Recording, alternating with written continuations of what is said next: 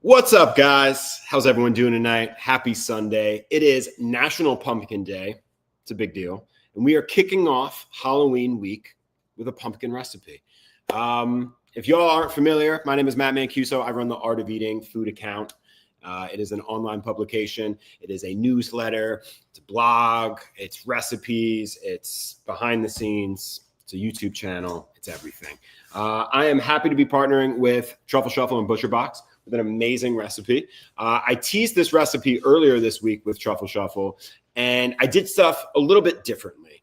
The recipe that was reading originally is actually going to call for store-bought gnocchi, but I've been doing this with y'all for long enough where I've kind of realized you guys want some fresh pasta. So we're actually going to pivot a little bit and make some fresh gnocchi on camera here today with all of you. If you're not prepared for that, that's totally fine. If you have the store-bought gnocchi, I'll instruct you on how you will be able to use that as well. So we're gonna go a little bit off book here and there, but please, if you fall behind or have any questions, let me know in the comments. They'll tell me and we'll get everything together. Oh, also, onion is not listed in the ingredient list. Well, not yet it isn't. But, you know, we'll talk about it and we'll get there. We actually don't need any for what we are going to be doing today. So yeah, as always, as I'm sure everybody is familiar with in the past, I like to run with some mise en place. So I have all of my ingredients set out here. That way I'm ready to go. There's no scrambling in the middle of a recipe, wondering where my stuff is. I did take my steak out about 30 minutes ago or so, just to kind of come to room temperature. I also took it out of the packaging as well so we can kind of dry out the exterior just a little bit. What that exterior is actually going to do is basically just having it dry out prior a little bit. I mean, you could even do this overnight if you were prepared and knew exactly what you were going to have for dinner the following night.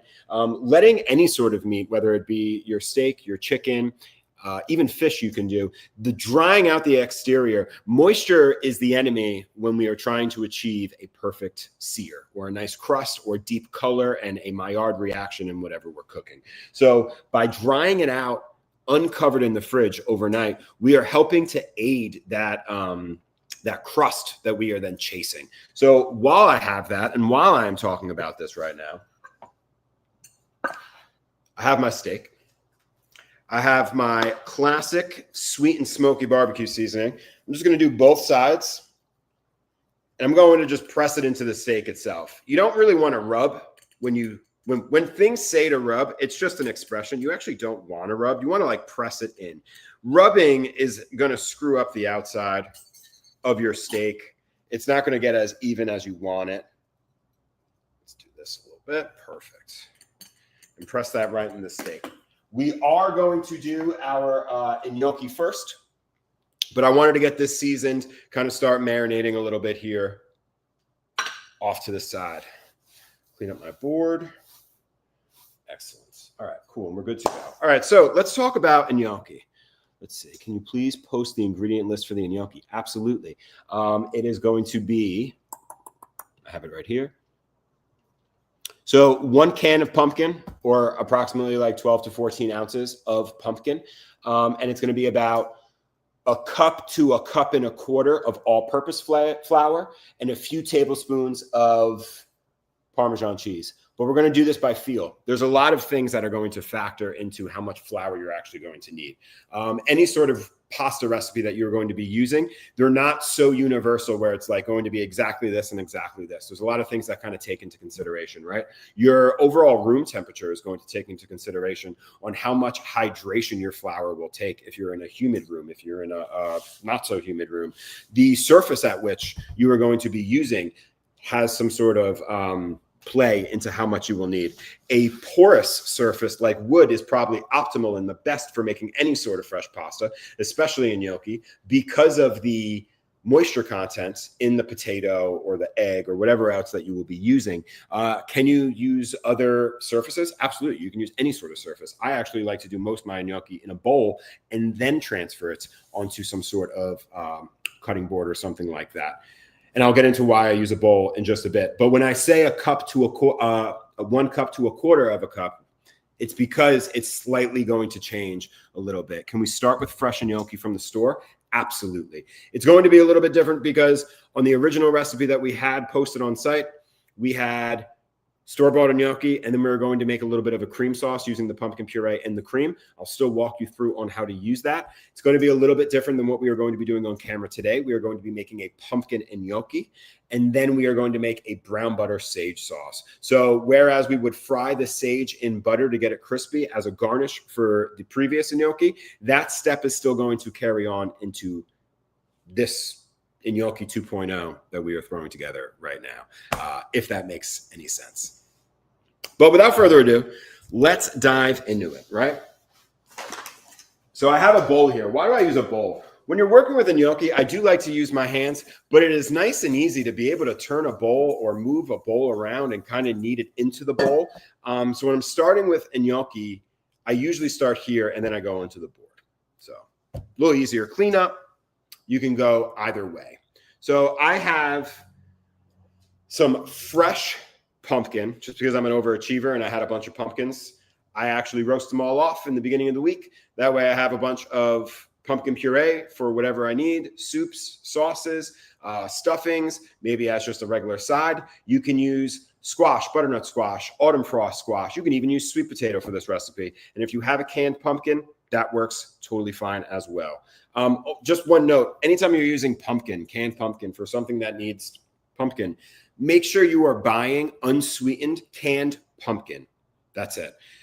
Very, very often I see people buy pumpkin puree or pie puree, and that has some extra stuff in it. We don't want that today. We want just pumpkin for today.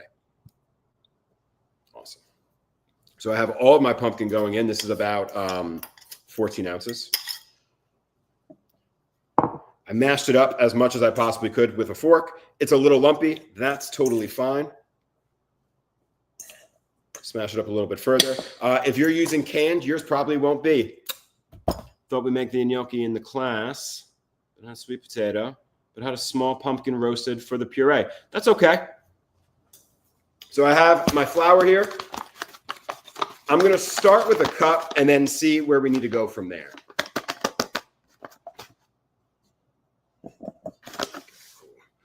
For this, I will use my hands because I'm a hands-on kind of person. I'm also going to add about a tablespoon of some Parmesan cheese, fresh grated Parmesan cheese, just like that. And then we're going to start kind of like kneading this. Here, I'll do it back here so you can kind of see. So I'm kind of like folding it onto itself and pressing in, folding onto itself and pressing in. It may seem like you have a lot of flour in here. Just keep working it. It's going to take a little bit. There's a lot of moisture in that puree. There we go. My favorite part about this is the smell of the cheese. Yeah, so even right off the bat, you can kind of tell the moisture starting to come out. I'm going to need probably a little bit more, but we'll see. Keep kneading it until all of this flour takes.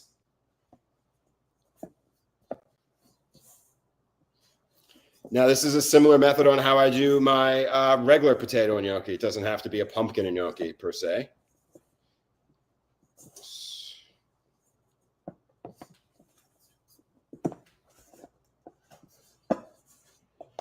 Awesome. Actually, this looks pretty good.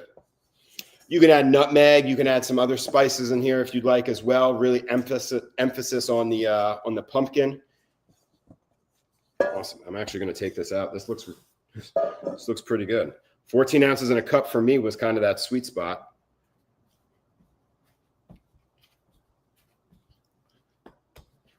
I'm kind of just rolling it out to have a better shape.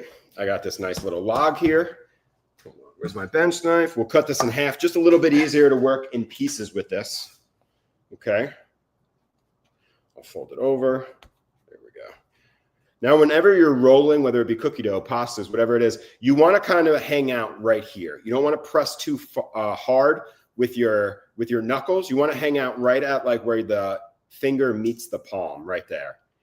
And I'm kind of using that. There we go. To rock back and forth while slowly spreading my fingers out. Okay. Super squishy, super squishy. No, it's therapeutic. It's one of my favorite parts about making pasta, right? You get your hands dirty. So where's everyone from? Who's cooking along today? Where you guys at? Let me hear. We got some time to kill as we roll all this out. I'm in New York, right outside the city. Excellent. That's one. Let's do the other. Sunny San Diego. As you can see from my apartment, I am not so sunny here. Upstate New York. See, that's more my speed too. I'm in Garrison. I don't know where you are upstate, but I'm in Garrison, New York. Not too far upstate, I suppose, right? Awesome. Washington. Love this, guys. Love this, guys. Cali. Awesome. All right, let's start with the original one that we had. So we're going to cut like about an inch or so on our gnocchi. I want it to look like that.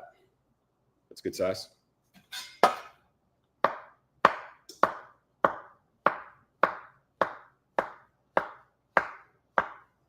Boom. Man, I love this dough. It's very forgiving. It's very forgiving. I don't like to put a lot of eggs and stuff like that in my gnocchi, even when I'm making regular fresh gnocchi. It weighs it down. And gnocchi should be light, you know? They're like these little dumplings, but they should really be like these little pillows.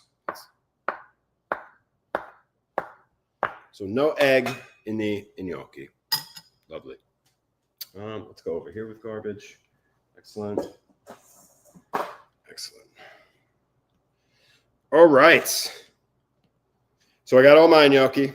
They should look like this. Now, there's a few things you can do from here, right? You can roll it off of a fork. So if you take the back of a fork, like so, and you have your gnocchi, you could just like roll it right off the back of the prongs. That'll give you these ridges, this shape. Can we see that here? Yeah, there you go. You can also use a gnocchi board. A mattress of a gnocchi. What does that mean?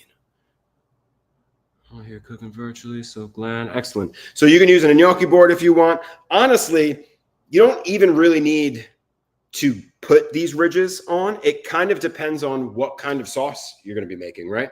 We're going to be doing a brown butter sage sauce with this. So that is going to coat the gnocchi pretty well. A cream sauce or other sort of sauces might do better with the ridges, if you will. The original recipe was a pumpkin cream sauce, very simply just adding your pumpkin to the pan and then hitting it with the cream to kind of thin it out until it starts to slowly bubble and caramelize together. It's fantastic. A little bit different than what we are going to end up doing today, but I'm going to leave my gnocchi kind of just like this, these little pillows, without kind of pressing them or dealing too much with them. I am going to wash my hands though, so just bear with me for one moment.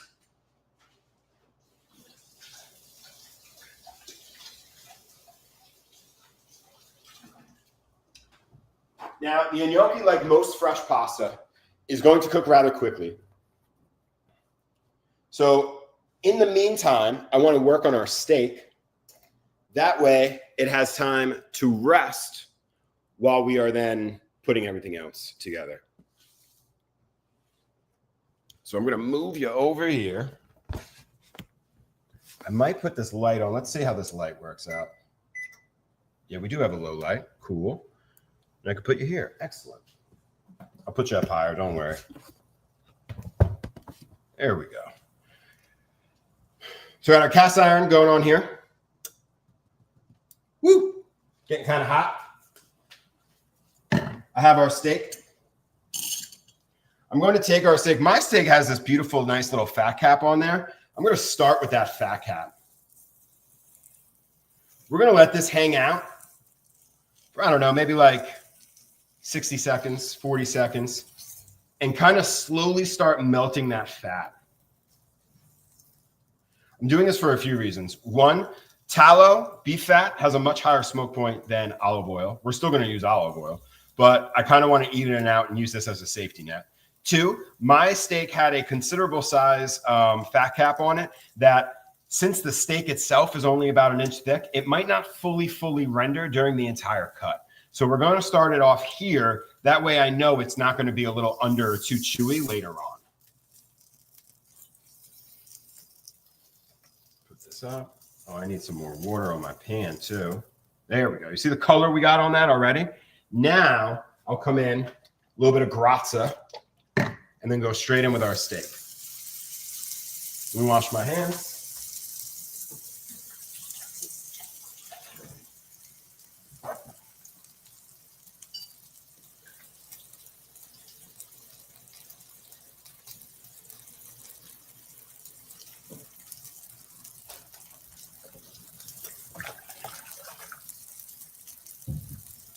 So I'll be honest with you, right? Let's bring you closer so you could see. How's that better? So I'll be honest with you. When I cook steaks at home, professionally for my clients, whatever it may be, do I have some tongs in here? Yes, we do. I usually reverse sear my steak. Reverse sear essentially means cooking your steak at a lower temperature, around 225 degrees, maybe. Let's focus. There we go. Around 225 degrees to 250 degrees with a probe thermometer inserted inside into an oven. And then I have that probe thermometer set to a certain temperature. So when the internal temp hits, I don't know, 128 degrees, that's about like a rare steak. I can pull it out, let it rest, and then just sear it. I already know that steak is perfectly cooked. It's the easiest way to cook like a bunch of steaks at once, especially in a commercial or restaurant setting, if that's what you need. But if you are going to cook a steak in a pan from start to finish, as soon as I put this steak into this hot pan, that spot that I just laid it down just got a cold steak. The outside is still hot.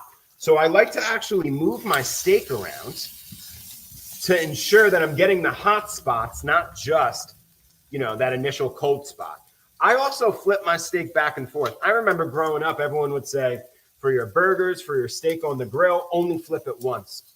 You couldn't be more out of it. You got to keep turning it and rotating it because the skin, the outside, the exterior is going to constantly start drying out when you flip it. Let it dry out as the other side cooks, flip it back over, you're going to start getting a better crust. So you start building a crust on top of itself by flipping it back and forth. Now, you don't want to hit it too much. You do want to give it time for it to cook from top up. So maybe like every 45 to 60 seconds, we're going to start turning this. So I flipped it now. We're starting to get some nice color. That's also from the sweet and smoky that we had put on there. Another handy tool to keep around is a probe thermometer, just so we can monitor the internal temperature of the steak to make sure we're not going over, depending on whatever you like for your steak. I did see a question up here on what is grated. Grated is this amazing olive oil. They have sizzle, frizzle, and drizzle. I love those names. Sizzle is like your everyday extra virgin olive oil. Frizzle is like a very high heat frying oil. And then drizzle would be like your finishing oil right on top. So again, rotating this around to keep it even. Let's give this a little check to see where we're floating at. I bet we're probably at around 100 degrees. Yeah, the inside's still cold. That's all right. We're going to keep it moving. So I'm going to go for like a rare steak. So as soon as I hit, I don't know, maybe like 125 degrees, we're going to start butter basting this steak.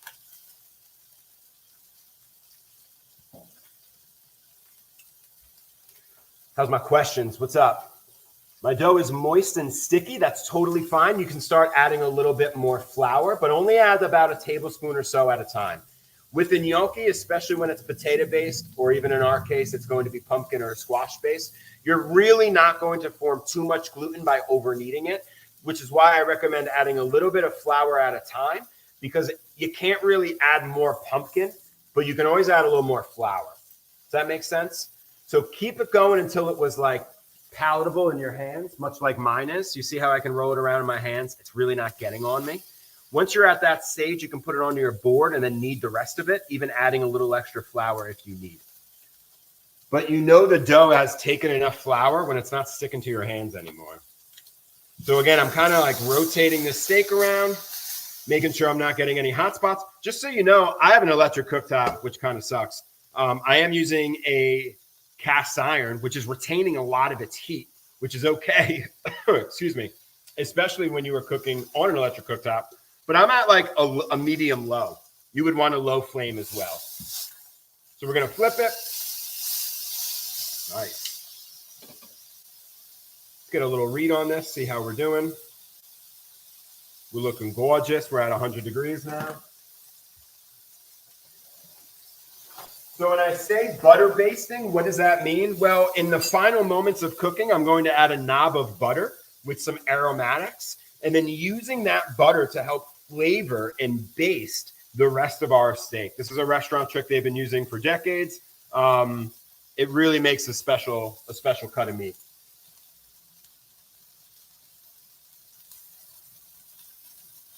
Yes, that was just a personal preference. You can absolutely add a little dash of nutmeg into your dough. Other spices and stuff as well. I've met people who like to just use pumpkin spice. Ginger can kind of go well with this pumpkin action that we have going on here. Also, unpopular opinion, curry powder would go really well with pumpkin and gnocchi. I was in the city a few weeks ago and I had, what was it? It was Jamaican jerk pulled beef ragu with curry cavatelli. It was outstanding. It was one of the best pasta dishes I've had in a long time. So you can see we're getting a beautiful crust on this. But I'm flipping it back and forth. I'm not scared. Right?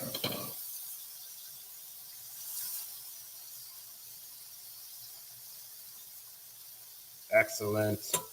We're almost at 120.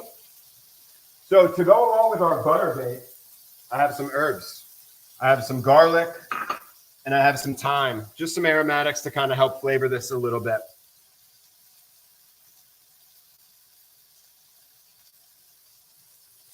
For the most part, yes. I know you bought your gnocchi. The only thing that really is going to pertain to you is going to be the nutmeg that was on there, the cream, and then the pumpkin puree. Everything else that we added last minute was more so if we were going to be making it by hand. Boom, there we go. I think we're just about there. So I'm going to push my steak off to the corner. I'm going to take a tablespoon or two of some butter. We're going to pop that right in the pan. I'm also going to drop my heat down a little bit.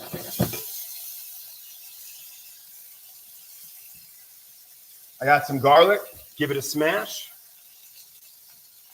And then I also got some thyme here. We're going to throw the thyme right in that fat, so it starts to expel some of its oils.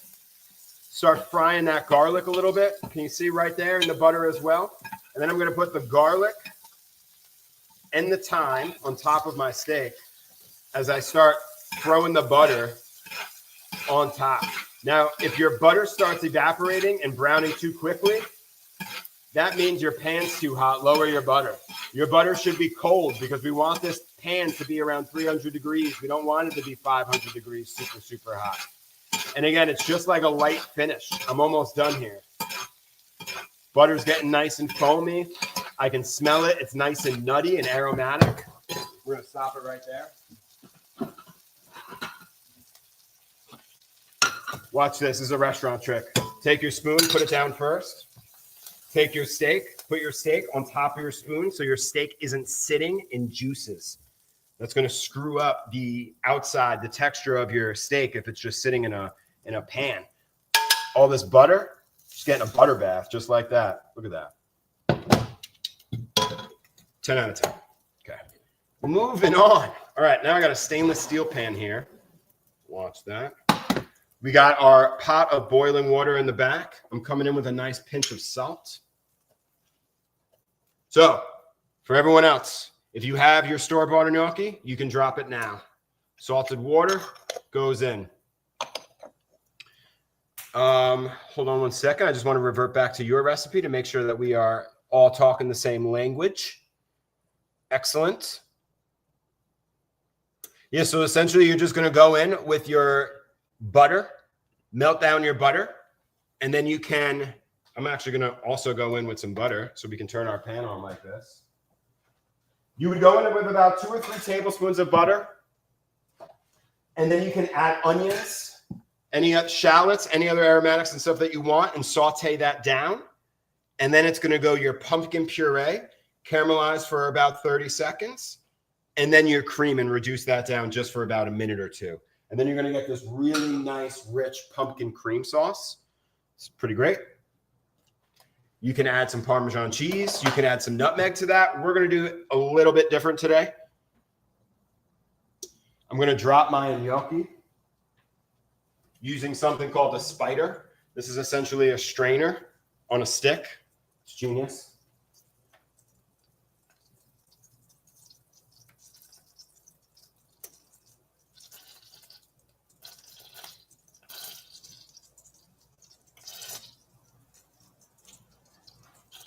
And gnocchi's going right in. Again, this is fresh pasta. This does not take long to cook at all.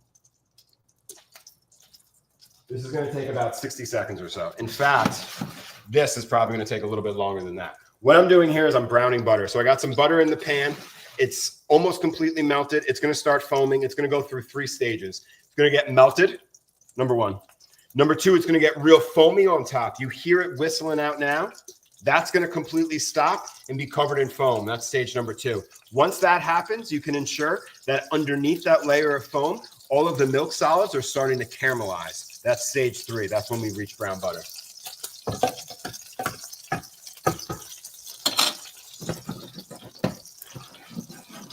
It's also going to spit at you. So I'm going to move my camera back a hair so not everybody is covered in butter. Hold on one second. Let's catch up on some questions. Where do you put your nutmeg? If you're making your pasta from scratch with the pumpkin, you can add it to your pumpkin. Or when you are making your pumpkin cream sauce, you can add it to that. When reverse searing, do you wait and add the seasoning? No, I actually, if you were going to take my advice and do the overnight in the fridge, you could actually do what's known as dry brining. Season it with salt, put it in the fridge. That's actually going to help expel all of, wait a second, I'm going to interrupt myself. Do you hear that? Do you hear the drastic change in sounds? That's because we've reached brown butter already. So she's not bubbling as much. I'm actually going to turn my heat off and grab a paper towel. so I don't smoke my my countertop back here. And what I'm going to do is I'm going to add some fresh sage leaves to this brown butter. I'm going to come back on reverse searing. I didn't forget about you. Just a few sage leaves just like this. Toss it around in your brown butter. Oh, man. The smell right now is fantastic. And this is going to happen quick. Our pasta's done in the back. Here's a little trick that I do. Not mandatory, but it will certainly help out. These are very soft. If I put these in a hot pan and maybe you're not super experienced, the soft, hot gnocchi are going to start sticking to the pan. But if I shock them in a little bit of cold water first, it's almost going to create a little barrier around the outside. This little like skin, if you will. They're still warm in the middle, but the outside's now just got a little shock and they're tightening up a little bit. I'm going to drip them off as much as I possibly can. Definitely take this ice cube out because that's going to not be fun. There we go. And then we're going in. So the initial sound is because I had excess water on there, right? But now it's going to start quieting it down. Not a problem, not a big deal. Where's that spoon I had? You can move this stuff around, kick them. I do want them to saute, though, a little bit. I want to get a little bit of color on there.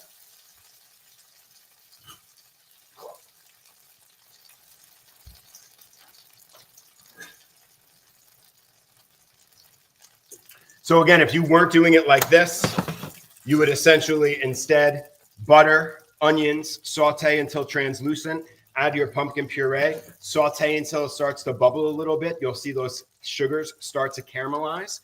Then I would go in with my cream, reduce for 2 minutes, and then you got a beautiful cream sauce. You can add your gnocchi straight in there. But these guys are looking good. Kick them around.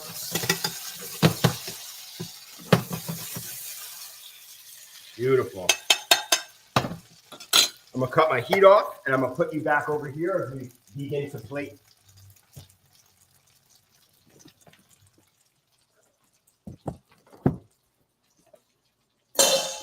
Hello again. Better lighting over here, I know. During the summer, we didn't have much of an issue, but with all these skylights and now the sun is setting a little earlier, might have to do my streams earlier. I don't know. All right, let's get a plate. And a knife. First things first, we got our steak. My dog is looking at this steak like, that's for me? Boop.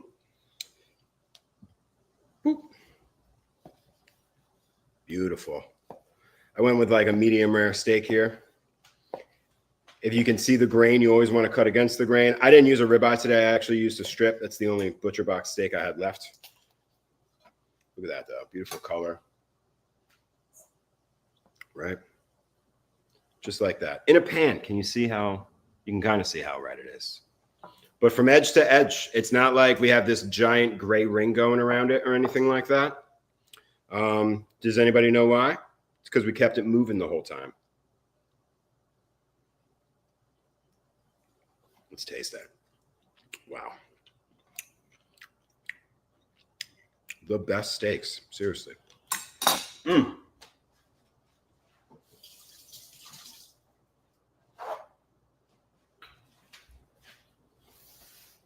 Nice. All right. So lastly, the piece de resistance, our pumpkin gnocchi.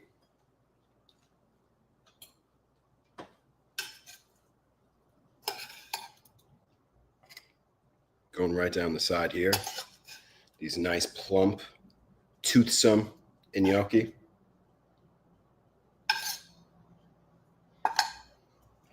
Our brown butter. Again, yours might be a pumpkin cream sauce with regular gnocchi. Maybe it's a pumpkin cream sauce with pumpkin gnocchi. Love that. Our crispy sage. If you didn't do the sauce like I did, you would still do the crispy sage the same way. Brown some butter and then fry your sage right in there, just like so. Let's get a fork. Look at that, guys. Look at that. I left the fat on there because, you know, I'm fat. I'll cut the gnocchi in half. See how soft that is? Went right through. Look at that.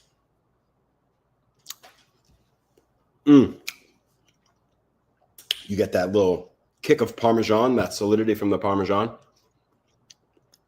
That's great. A little steak. So like fresh pasta, steak dinner. What do we do? 30 minutes? The biggest tip that I can give you is just having your mise en place ready, having everything ready to go. And you can put everything together. It makes the world of difference. Let me just catch up here and see. Yes, we will drop the instructions on the gnocchi 2.0 that we just threw together in this chat. So look for that. This is a ton of fun. Thank you, Robert. Love that. That's the name of the game. If you're not having fun, what are you doing? Other than probably feeding your family and eating. Not that bad. Not that bad. Thank you. Guys, any questions? Anybody got any questions, comments, concerns? Why did I do something? Something like that? I think, honestly, one of the biggest tips, yes, we learned how to make fresh pasta today. But cooking a steak in a pan, there's so many cheat codes to keep in mind. And I think really once you put that steak down, moving the steak around so you don't have these hot and cold spots and the whole pan is consistent. Using a cast iron definitely helps. And then I love that little spoon trick right when you're coming off of a pan. If you have like a cooling rack or a tray, that obviously would be great. But sometimes you're on the fly. You don't have that. You want to just put something together. That's a great alternative, I think. Guys, thank you so much for tuning in, for all of your questions. Needs a wine swirl. Tell me about it. A nice cab would go well here, right? The recording, I believe, is available immediately after we're done. I still need to answer the reverse sear question. Thank you so much. Hold on a second. What was the reverse sear section? Just so I remember. Oh, when seasoning, yes. So yeah, I always recommend having your steaks out of the fridge for at least 30 minutes or so before you're about to do anything with them. Reverse sear them, pan sear them, grill them, doesn't matter. Always give them a little bit. Anytime you go from really, really cold to really, really hot, it gets tight, it gets tough. You don't want that. You want the meat fibers to actually be relaxed before you start the cooking process. You're going to have a much tender steak regardless of the cut itself. So yes, if I was going to, sometimes you don't know what you're cooking for dinner, you know, but if you know tomorrow you're making steak and you want to reverse sear them, you can put them on a cooling rack just so they're not sitting on a plate or a tray or in their own juices or whatever. They need to be raised a little bit. Let them sit in the fridge overnight, seasoned with your salt. The cooling rack is really so air can fully get up and under the entire thing. That's really going to help dry out the exterior so you have that nice sear.